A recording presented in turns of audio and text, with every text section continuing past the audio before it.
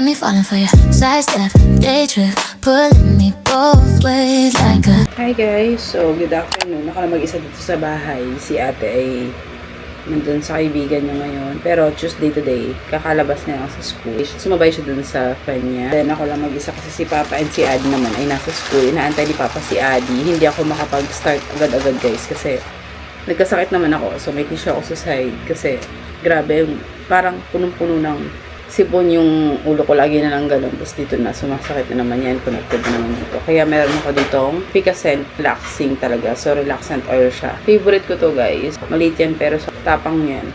May dumating kasi para sa business nga. Easy Whip na binili namin sa online. And then yung Maya na hindi ko pa nabubuksan. So, sabay-sabay natin buksan yung dalawa. Matagal na kasi itong Maya dito. Siguro yung mga 3 days na hindi ko mabuksan. Kasi gusto nga namin i-test muna ni Papa.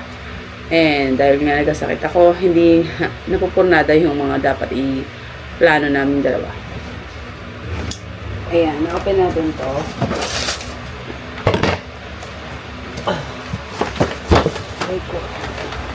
Ayan, so itong Maya na binili namin is medyo marami-rami to guys. Fragile nakalagay. So, open ko lang.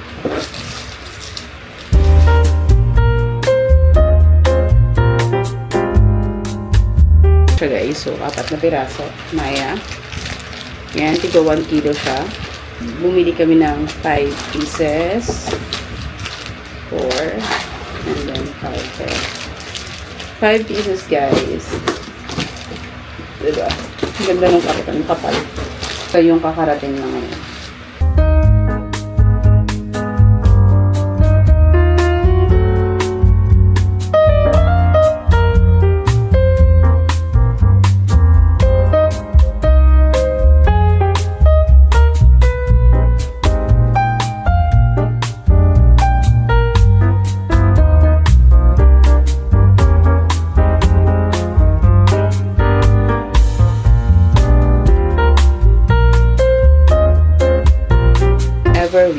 Medyo na sobrang pipe kasi nga grabe yung pagka-seal.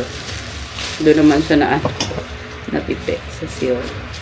Tapos yung expired date sana naman hindi siya expired agad. 28 parang malambot.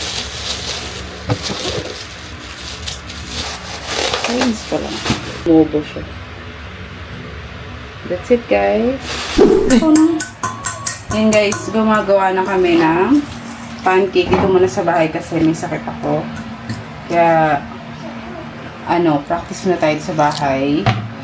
Kung ano magandang gawin. And kung ano mas masarap. Maya to guys. So kailangan natin siyang ma-perfect kasi ang tinda na siya. So, 400 ml of water. 500 ml din ng flour kasi 250 grams sabi dito sa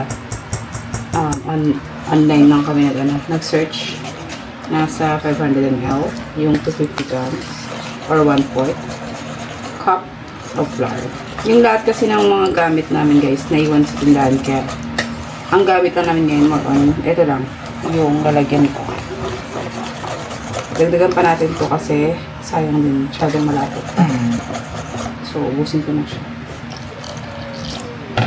Dito pala lang. Tansyahin ko lang.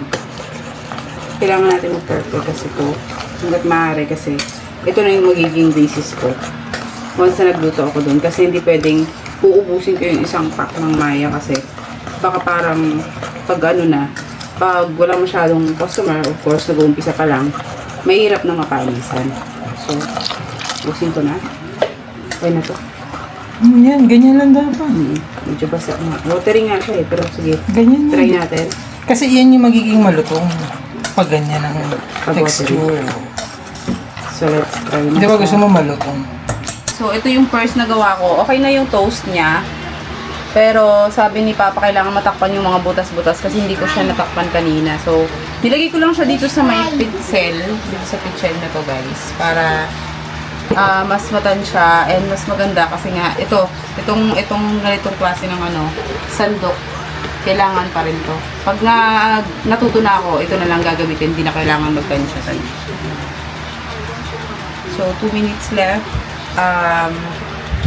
Ayan, dito ako nagluluto muna kasi malinis naman dito guys. Ano lang, wala lang akong malapagan pa. So, dito muna tayo magluluto. Once na doon lang yan sa may patungan talaga namin na maganda. Sa tindahan.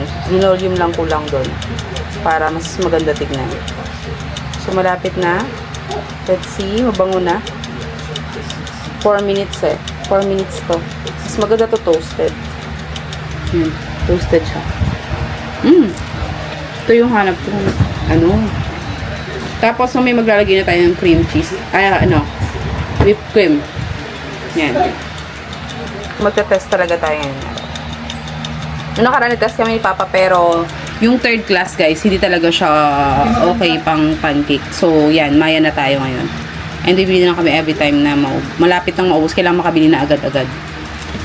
Kailangan na natin ng whipped cream. Ako nasunog. Kailangan siguro kapag ganun na. 5 minutes. Ay, 3. Ayan. Ayan, perfect na siya. Siguro mga 3 minutes kapag marami ang nagagawa kasi nag-iinit na yung mismong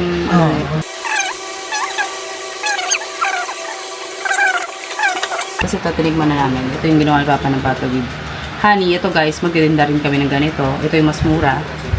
Pero hindi ganito paglagay ng butter. Kailangan may siya. Siguro 3 butter. Masarap. Crunchy. Kanina pa ito naghahalo si Papa. Mixer nakalimutan kasi. Ayan. So, ito na siya guys. Nakagawa tayo ng mga 6. And then we have itong sprinkles na galing sa tindahan. Paghahalo ko na lang ito para colored na siya.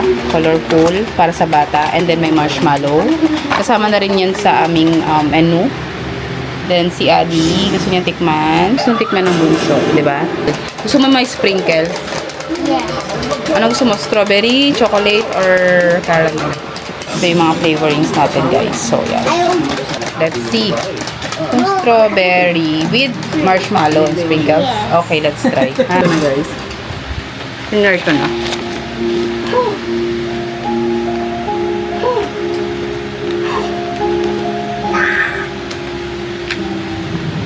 Meron mo pa. Sarap, parang ice Sulit na. cream. Parang ice cream siya ng sandwich.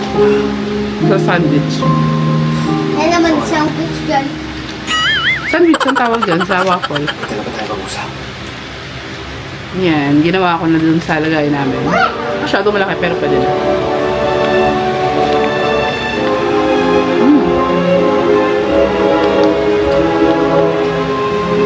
Kailangan pagkagawa, diretso na para crunchy. Nababad na sa hangin. Dapat. Good afternoon guys. So mag-afternoon na. So si Papa is sinundo lang si Adi and si Ate is pauwi na siguro mga 12:50 pa naman. Kung walang pasok si Adi later kasi umuulan, iuwi na lang ni Papa. Pero pag meron na sila kakain dalawa. But now, nandito ako sa bahay kasi hindi ako makapag-negosyo. Start pa ulit kasi sumasama yung pakaramdam ko. Di ba nakaraan yung dahilan din is sumakit yung tiyan namin ni Adi sa bahay. Ngayon naman, yun na lang kaso ko. Hindi ko alam bakit sumasabay sila sa pag-umpisa ko. Hindi ko sure kung ano nangyayari, kung anong dahilan. Pero anyway guys, siguro dahil nauso lang talaga ngayon yung sakit. Uso lang yung sakit. Mahina yung immune system ko kasi ang dami kong iniisip nga. Stress tayo ngayong mga week. Siguro dahil inisip yung negosyo, inisip yung mga bayarin doon. Syempre nagbabayad pa rin kami. Gusto ko nang madaliin doon. Pero meron naman na kami guys. May gamit na kami. Konti na lang yung bibilhin namin na ibang products. Pero ayan, nakapag-dry run naman. Okay na yung pagkain na gusto namin na-achieve na rin namin ni Papa yung pricing, yung product mismo, kung ano yung tsura ng product, kung paano siya i-package, something like that. And meron na rin kaming tarpaulin. Hindi ko wala napapakita sa inyo yung tarpaulin. Nakita nyo na lang yan pag once na nag-umpisa na ako mag-negosyo doon. Anyway guys, so nag-temp ako 37.5. Hindi pa siya ganun kalala. So trangkaso lang siya. Pero ang sakit ng katawan ko, buong katawan ko, gusto ko mang umpisahan yung negosyo, gusto ko sumama kay Papa, sabi niya wag nang bibinat daw ako. Kaya antayin ko na daw dito si Ate, at kung may pasok man si Adi pa, aantayin na lang ni Papa, dun sila kakain. kakain. And kami ni ate dito, inaantay ko na lang yung food. Ida-deliver na lang. Order na lang si Papa sa marketplace dito sa village. Anyway, nanonood lang ako kay Michelle Choi. And, naka-jacket tayo. Ayan. Sweater pala. And then, ano talaga ako, hindi ko alam tawag dito. Basta long pants. Hey! Anyway guys, pag sumasakit yung ulo ko, buti nakabili ako ng salon pass, nilalagyan ko yan. And then yung paborito kong amoy, napakita ko ata siya sa inyo. Here. Epicacent. Baka naman. Epicacent na relaxant oil siya. Ayan, relaxant oil. Nilalagay ko yan dito kapag sa ilong ko ilalagay yan. Nilalagay ko yan dito para hindi diretso sa ilong. Sabay papahid ko siya. Hindi ko siya ipapasok. Tapos dito, naglalagay din ako dito. Pag sobrang sakit guys, masarap nito. Yan, pinapahid ko lang siya dyan sa mga side. Para yung init, umiinit kasi siya. Parang nakakalma ako. Tapos yung amoy niya, hindi masakit sa ilong. Kaya favorite ko rin to. Tapos dito nga yung problem ko nga. Frozen shoulder ba to? Na kumukonect sa leeg is ginagawan ko rin ng paan. Nilalagyan ko siya ng salanpas. May salanpas dito side na to. Yan. I don't know if you can see.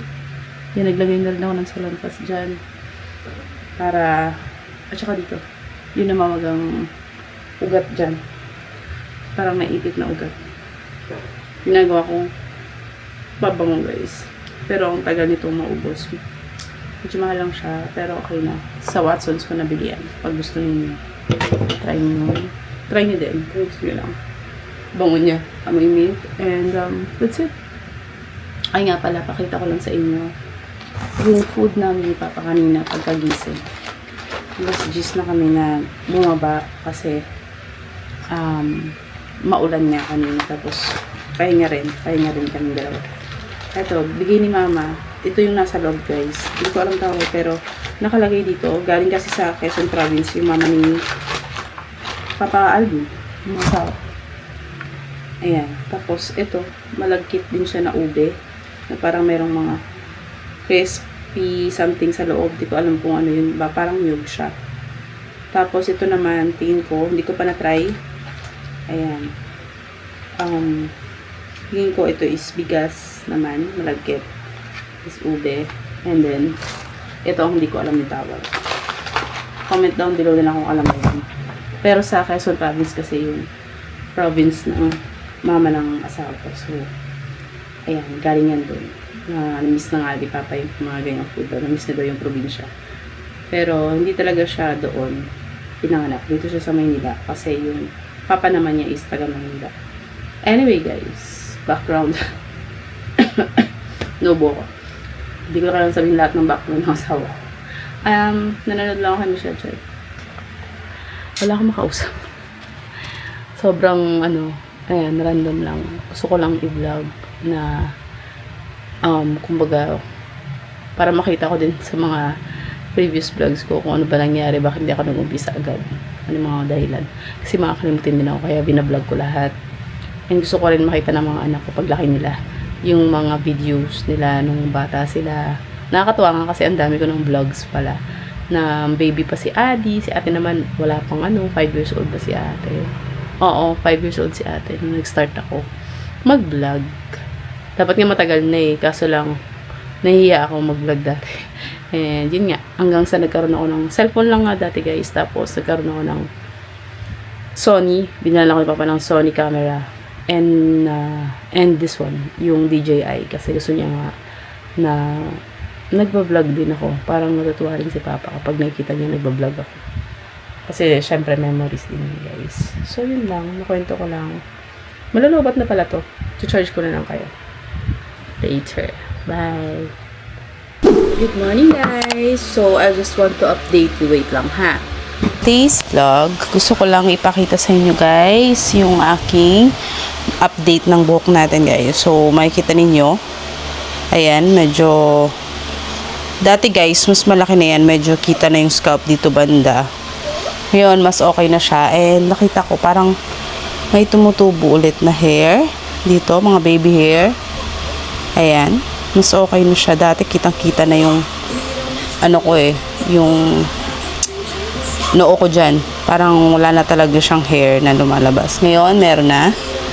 It's all, guys, 1 month na. Last, kasi ako nag-try nito. May 18. So, yan. Kitang-kita na yung difference kesa dati. And paubos na rin siya. Lumay, guys. Si Papa hindi na ginamit yung kanya kasi dalawa to. Binilhan ko rin siya. Ayaw niyang gamitin, so ako ang gagamit. Ayan. Gusto ko lang mamaya gamitin to. Sa ngayon, hindi ko man siya gagamitin kasi pa ako maliligo. Maliligo ako later. Kasi kahapon, nagpahinga yung hair ko. Kasi nga, masama pa karamdam ko. And today, medyo okay na ako. Siguro by Friday or Saturday, mag-aayos na kami doon sa tindahan para makapag-umpisa na rin ako by Monday. Ayoko munang putol-putol yung araw. Kaya ko naman siguro gawin yun. Alam nyo, kung itatry ko na ba ngayon or sa Friday bukas or sa Saturday na hindi pala, or ngayong Friday. Kasi Saturday, sigurado na ako kaya ko namang gawin yun kasi nga walang pasok si Papa. Pero para para fix na talaga yung pag-iisip ko, yung plano sa Saturday na lang. So hahayaan ko na munang magpahinga yung tindahan and then tuloy-tuloy na pahinga rin ako para hindi ako mabigla kasi lagi ako nagkakasakit nitong mga nakaraan guys, siguro dahil sa stress. Ang dami ko iniisip na hindi ko pwede munang sabihin sa inyo kasi masyado pang maaga and tama na muna yung mga stress na yun kasi lahat naman tayo may problema sa buhay. Kaya yan, gusto ko lang i-share sa inyo guys na ganun talagang buhay. Minsan may problema, minsan kaya nating nato. Hayaan nyo yung problema sa inyo. Ganun lang yun eh. And sa ngayon, okay na ako. Hindi na ako masyadong nanghihina kasi talaga nung mga nakaraan nga, medyo stress ako, nagkakasakit ako agad-agad.